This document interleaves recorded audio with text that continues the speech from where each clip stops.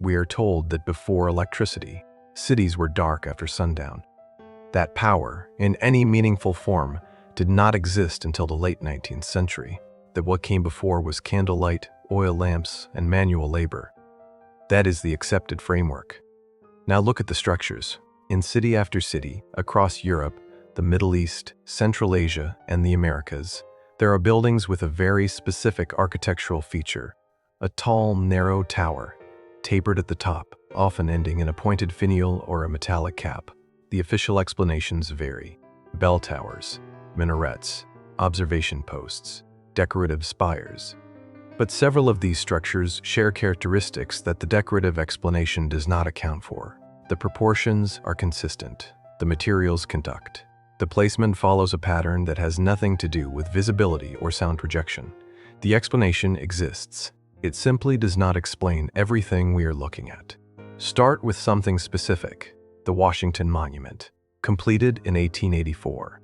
169 meters tall, built, we are told, as a memorial obelisk, a tribute to the first American president, modeled after ancient Egyptian forms. At the very top of that structure is an aluminum capstone. In 1884, aluminum was one of the most expensive metals on Earth, more expensive per ounce than gold or silver at that time. The decision to cap a memorial monument with the most valuable metal available requires an explanation that the official record does not clearly provide. The stated reason: aluminum does not corrode, and it was chosen to prevent lightning damage. That is a practical answer. But it raises a technical question immediately. If the concern was lightning protection, the standard solution in 1884 was a copper lightning rod, inexpensive, proven, and already in widespread use. Aluminum was unproven at that scale, and yet the designers of the Washington Monument specifically requested aluminum for the cap. There is another detail. The aluminum capstone is inscribed on all four sides. 3 sides carry the names of engineers and project managers. The fourth side, the apex side, the side that points directly upward, carries a single Latin phrase, Lauios Deo, praise be to God. The inscribed side faces the sky, not visitors, not the public, the sky. That is not typical memorial design. That is something else. Now move the investigation wider. The obelisk is not an American invention. The Washington Monument is explicitly modeled on a form that originates in ancient Egypt, and that form appears in some variation across cultures that had no documented contact with each other: Egypt, Rome, Mesoamerica, India, China, the British Isles, the Andean highlands. Tall, pointed, often metallic, capped vertical structures, built with enormous investment of labor and resources, placed in the centers of population. The standard explanation is symbolic. These are monuments to gods, rulers, and celestial bodies. Humanity has always built tall things to express power and reverence. That explanation accounts for the motivation. It does not account for the consistency of the technical design. If these were purely symbolic, the shape would vary more.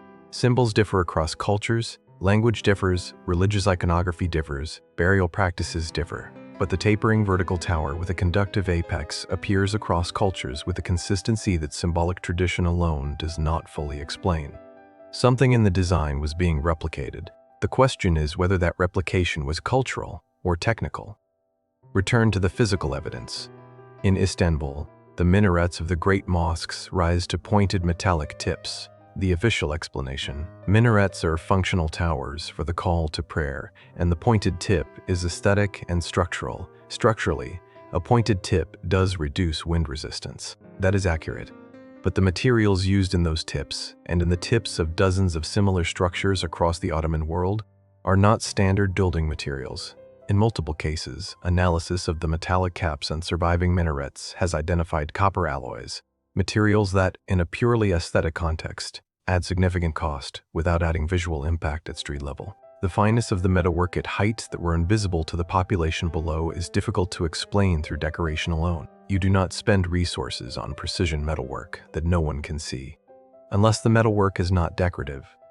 The investigation requires a technical detour. In 1899, Nikola Tesla began construction on Wardenclyffe Tower on Long Island, New York. The project was funded initially by J.P. Morgan and described publicly as a wireless communications tower. The structure Tesla built was 57 meters tall, topped with a large copper dome, and connected below ground to a network of iron pipes driven into the earth to a depth of approximately 36 meters. Tesla described this underground system as essential to the tower's function. He called it the root system and said the tower needed to grip the earth the way a tree grips soil. The official history of Wardenclyffe ends with Morgan withdrawing funding in 1903 and the tower being demolished in 1917. What is less discussed is what Tesla said the tower would actually do. Tesla was not describing a radio antenna. He was describing a system for transmitting electrical energy through the earth and atmosphere without wires, freely available to anyone with a receiving device. He referred to the earth itself as a conductor, and he said that a network of such towers, properly placed, could energize the entire planet. The tower was stopped. The explanation given is financial. Morgan saw no way to meter wireless electricity, and therefore no way to profit from it. That explanation is plausible. It does not explain why the tower was physically demolished, rather than simply abandoned. Structures that are merely economically unviable are left standing. Wardenclyffe was actively destroyed. Now comes the structural question that the investigation cannot avoid. If Tesla's design, a tall conductive tower with a subterranean grounding system, placed at a node point in a network, was capable of transmitting or harvesting atmospheric energy, then the design is not new. The design is ancient. The Egyptian obelisk is a tall, tapered structure. The exterior of many ancient obelisks, including those now residing in London, Paris, Rome, and New York, removed from their original Egyptian contexts, were originally capped with a material called electrum. Electrum is a naturally occurring alloy of gold and silver. It is highly conductive. Original placement records for several major obelisks show they were set into stone bases, but those bases, in multiple cases, sit atop older foundation structures that extend significantly below ground level. In Karnak, in Luxor, in Heliopolis, the foundations beneath obelisks descend into the earth at depths that archaeologists have noted as disproportionate to the structural load requirements. A tapered conductive tower, a metallic apex, a deep grounding system, placed in population centers, maintained with precision. The structural description of an ancient obelisk and the structural description of a Tesla tower are not identical. But the overlap is not incidental. Expand the geography. In the Indian subcontinent, the Shikhara, the towering spire above a Hindu temple's inner sanctum, follows a very specific geometric formula. The shape is not simply tall. It is mathematically precise, a curve that narrows according to a ratio that appears repeatedly across temple architecture from roughly 500 CE onward. At the apex of the Shikhara sits the Amalaka, a ribbed, disc-shaped stone, and above that, a kalasha, a pot-shaped copper finial. The copper finial at the top of a precisely curved tower directly above the sanctum, which is itself built over a specific point in the ground. Temple placement in the ancient Indian system was not arbitrary. Sites were selected by practitioners called stapati, temple architects, using a system called Vastu Shastra, which includes detailed instructions for identifying ground energy nodes before construction begins. The official academic explanation for Vastu Shastra is that it is a spiritual and aesthetic tradition. That may be accurate, but the instructions include specific procedures for testing ground conductivity, water table depth, and soil mineral content at the proposed site. These are not spiritual procedures. These are site assessment procedures. They produce measurable data. Why would a spiritual tradition require soil conductivity testing? The pattern repeats in a context that has no cultural connection to India or Egypt. In pre-Columbian Mesoamerica, the pyramid structures at Teotihuacan, Cholula, and across the Maya lowlands share a consistent feature. They were not solid.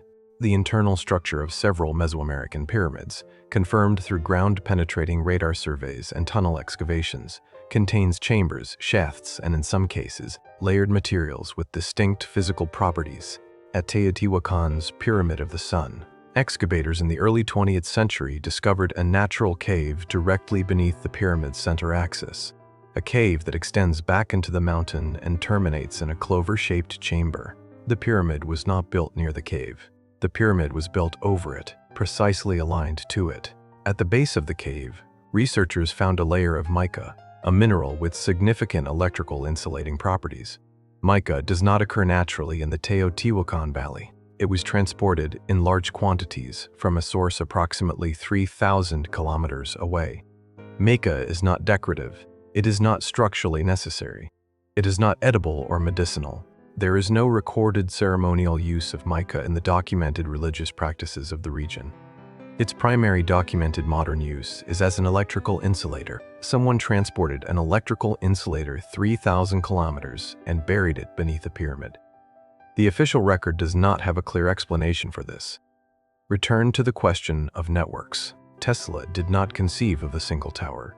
He conceived of a system, multiple towers, globally distributed, working together. The effectiveness of the system depended on placement, spacing, and grounding. Ancient sacred sites. The locations of obelisks, temples, pyramids, minarets are not randomly distributed across their respective landscapes. Alfred Watkins, a British amateur researcher, documented in the 1920s that ancient sacred sites across Britain fell into precise geometric alignments he called ley lines. His work was dismissed by mainstream archaeology as coincidence and wishful pattern recognition. The problem is that subsequent researchers, using far more rigorous methods, confirmed that the phenomenon is not limited to Britain. In Egypt, the major temple complexes align with each other and with astronomical bodies along axes that required precise surveying. In Cambodia, the temples of the Khmer Empire are distributed across the landscape in a pattern that, when mapped, replicates the constellation Draco. In Mexico, the major pyramid sites align with each other and with specific solar and lunar events with an accuracy that required either repeated observation over centuries or a pre-existing geometric plan. Independent cultures, independent religions, independent architectural traditions. Identical approach to placement. The conventional explanation is astronomy. All ancient cultures observed the sky and aligned their buildings to celestial events. That accounts for some of the alignments. It does not account for the ground-level geometric relationships between sites separated by hundreds of kilometers, which cannot be derived from simple astronomical observation. Something else was determining placement, whether that something was energetic, magnetic, geological, or something not yet categorized.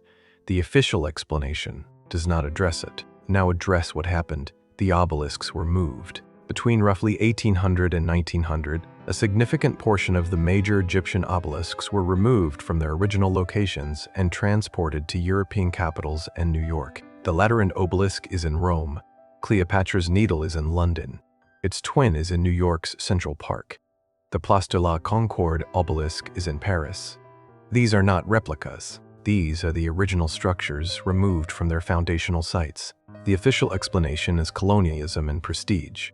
The obelisks were prizes, taken to display the power and cultural ambition of the receiving nations. That is historically accurate as motivation, but consider the technical reality of the removal. The obelisk in New York, 21 meters tall, approximately 200 metric tons, was transported from Alexandria in 1880. Moving it required an engineering operation so complex that the chief engineer, Lieutenant Commander Henry Goranges, wrote an entire book documenting the process. Modern engineers who have reviewed that book note that the operation, even by contemporary standards, was extraordinarily difficult. If the obelisks were purely decorative, inert stone monuments, they would likely have been left in place or replaced with replicas for transport. The difficulty and expense of moving the original structures suggests that the original structures had a value that replicas would not provide. What value does the original material carry that a replica does not? In a decorative context, none. The appearance is identical. In a functional context, the answer is different. The 19th century presents a specific pattern that the investigation cannot overlook. Between approximately 1800 and 1900, the architectural vocabulary of Western cities changed substantially. Structures that had existed for centuries, towers, spires, domed buildings with metallic caps, were systematically modified, repurposed, or demolished. The stated reasons vary: urban development, changing aesthetic preferences, structural deterioration, religious reformation. What is less discussed is the consistency of which elements were removed. The metallic caps came off. The towers were shortened. The grounding elements, the deep foundation extensions, the underground chambers, were filled or sealed. In city after city across Europe, the renovation records from the 18th and 19th centuries document the removal of what the records call obsolete decorative elements from the tops of old towers and steeples. Those elements are rarely catalogued in detail. They are simply noted as removed. What was removed is not well documented. What replaced it is. The late 19th century is precisely when the commercial electrical grid was being constructed. Edison's Pearl Street station began operation in 1882. Within 20 years, electrical infrastructure covered most major Western cities. The transition from one system to another happened in the same decades that the towers were being modified. That could be coincidence. The timeline, however, is not comfortable to dismiss.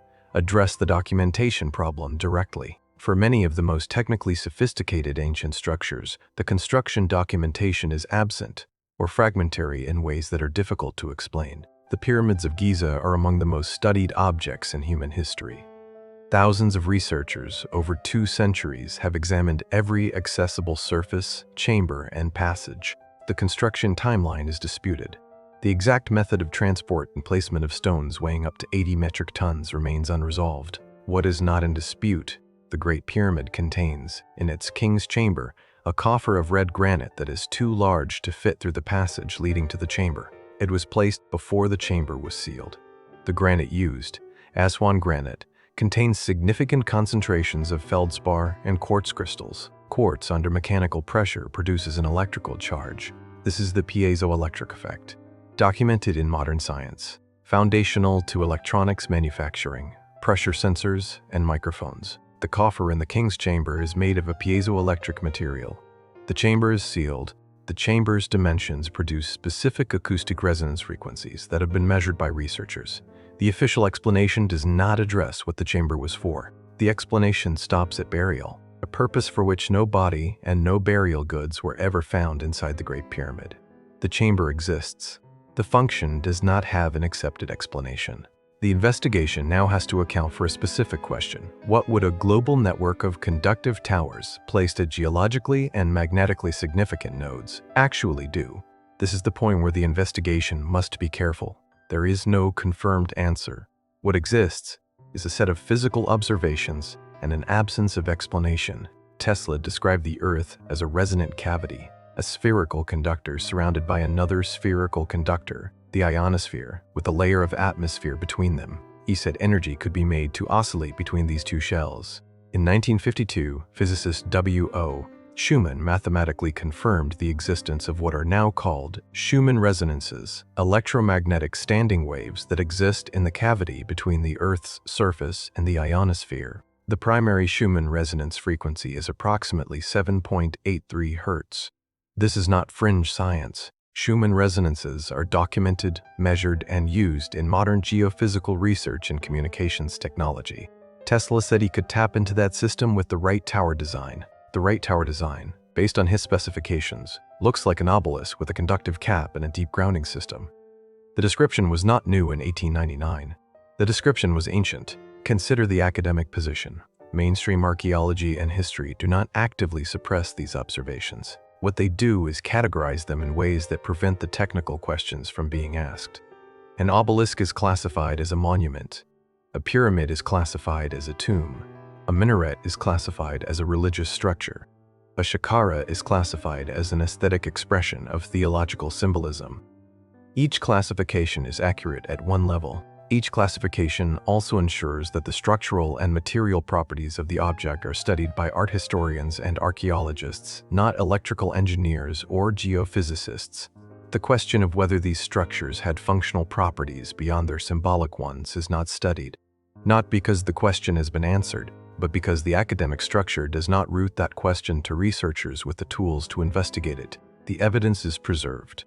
The institutions that preserve it study its surface. What may lie beneath the surface of the explanation remains, in a technical sense, uninvestigated. This matters because of what the 20th century built instead. The electrical grid that replaced whatever came before is a wired system. It requires infrastructure, metering, billing, and centralized distribution. It can be turned off, it can be controlled. It generates significant cost for the user. If a previous system existed that was wireless, distributed, and not easily metered, that system would be commercially incompatible with any model based on selling electricity. Morgan's stated reason for withdrawing from Wardenclyffe was exactly this. He could not identify a way to charge users for power they would receive freely through the air. That is an honest commercial position. It is also a description of the fundamental incompatibility between a free energy distribution network and an economy built on energy scarcity. Whether that incompatibility influenced the history of these towers, their removal, their reclassification, their decapitation, is not a claim that can be made from the available evidence alone. But the incompatibility is real, and the timeline of removal aligns with the construction of the metered system. Now consider what the material record says about knowledge transmission. The technical knowledge embedded in these structures did not appear to develop gradually. That is one of the more persistent anomalies in the archaeological record, and it applies across multiple civilizations. In Egypt, the oldest pyramid, the Step Pyramid of Djoser, dated to approximately 2650 BCE, is a sophisticated structure, but the structures that follow it, within roughly 2 centuries, are dramatically more technically advanced. The transition from the Step Pyramid to the Great Pyramid at Giza represents a leap in engineering precision that has no documented intermediate stages. Conventional archaeology explains this as a rapid accumulation of knowledge. That is possible, but the rate of that accumulation, compressed into 2 to 3 generations, is unusual by any standard of technological development. Modern engineering took approximately 150 years to move from the first steam engine to the first jet aircraft. That progression has a documented trail of prototypes, failures, revisions, and iterative improvements. Every stage is recorded. The Egyptian pyramid sequence has no equivalent documentation of failure. There are abandoned projects, yes, but the technical knowledge itself appears fully formed at the point of application. Knowledge that appears without a visible learning curve suggests it was not developed in place. It was either inherited from an earlier period, or it arrived from somewhere else. Neither explanation is comfortable for the standard historical model. There is a structure in the city of Sarbistan, in southern Iran, that presents a version of this problem in concentrated form. The Sarbistan Palace, dated to roughly the 5th century CE, contains a series of domed chambers built using a technique of brick placement that distributes structural load in a way that was not supposed to be understood in that period. The dome construction method is geometrically sophisticated.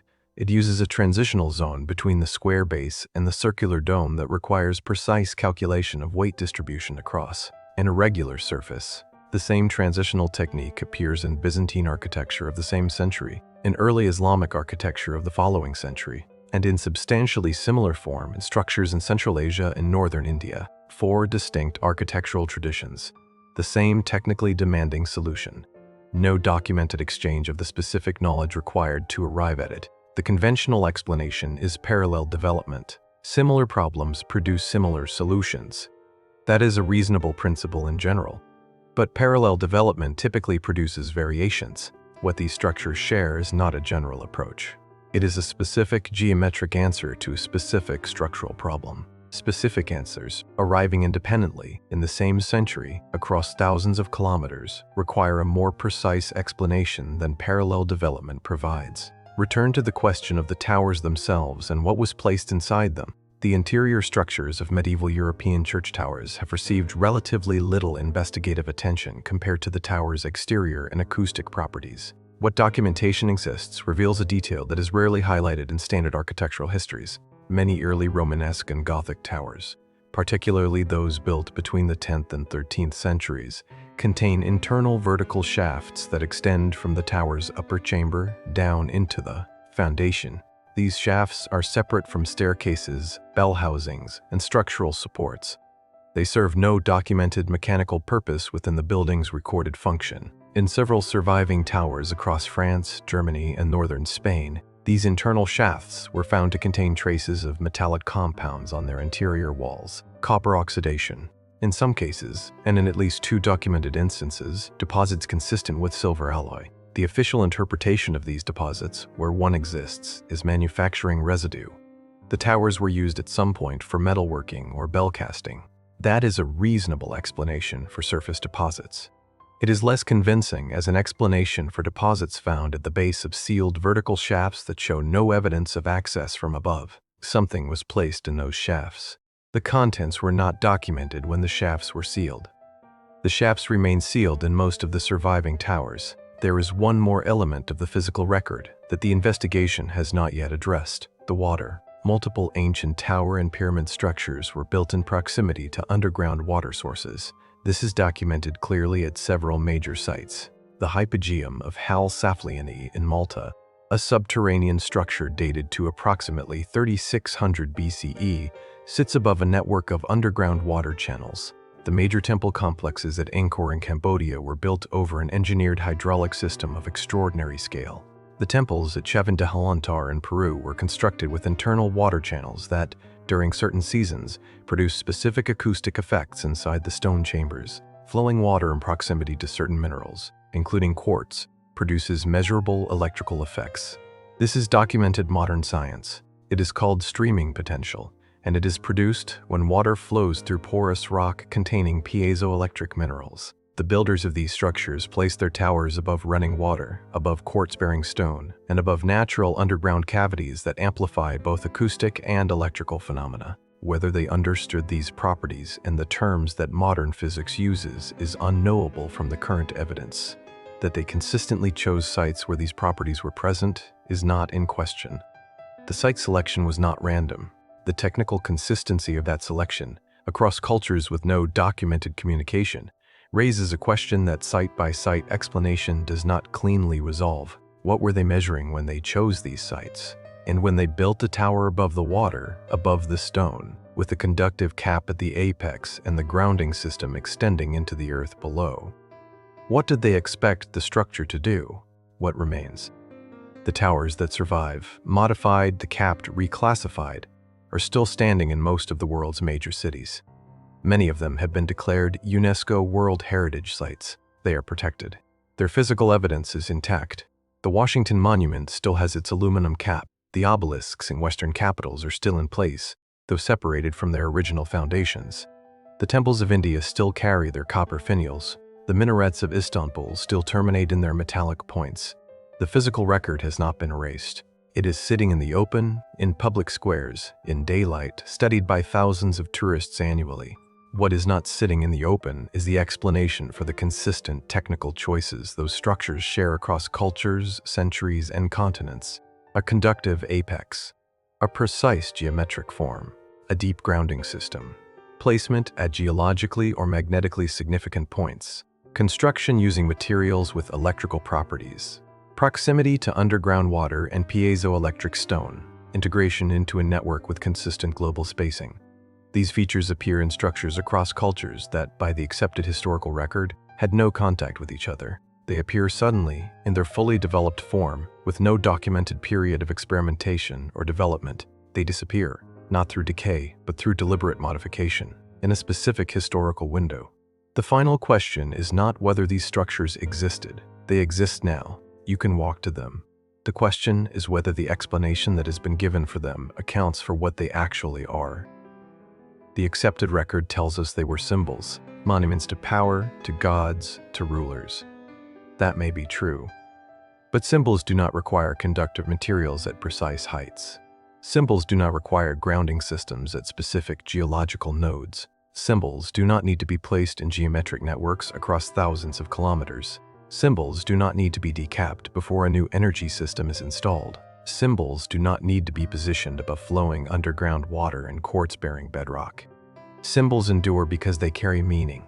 These structures were modified because something about the original design was no longer acceptable once the 19th century arrived. What was unacceptable about the original design is the question that the official record declines to answer clearly. Wardenclyffe Tower was demolished in 1917. The stated reason was scrap metal for the First World War. The copper and iron were needed. The records of the demolition were filed. The patents Tesla held were later acquired. The papers were reviewed by government agencies after his death. What was in the full body of those papers has not been released in its entirety. The towers are still standing, across every major civilization, on every inhabited continent, built by cultures that were not supposed to know each other, built with materials that were not supposed to be functional, placed in patterns that were not supposed to have technical meaning, positioned above water and stone with properties that were not supposed to be understood. The structures survived. The explanation for what they were originally built to do did not.